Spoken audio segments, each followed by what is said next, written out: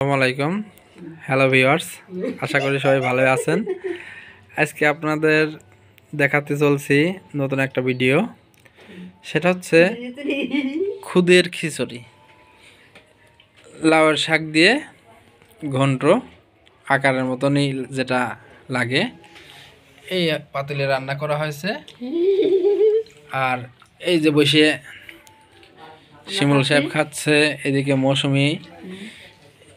এটা হচ্ছে গেন খিচুড়ির নমুনা। এর ভিতরে হচ্ছে গেন দেওয়া আছে পেঁয়াজ, এটা পেঁয়াজের কালি, ডিম ভাজি, তারপরে খিচুড়ির ভিতর দেওয়া আছে মনে করেন ছোট ছোট চাউল যেটা বলে খুদির খিচুড়ি যেটা বলে, চাল ভাঙা চাল, আর কদুর ডাটা বা কদুর শাক যেটা বলে কদুর শাক, সিম, পেঁয়াজের ফুল, আলু, এগুলো দিয়ে এটা তৈরি করা হয়েছে।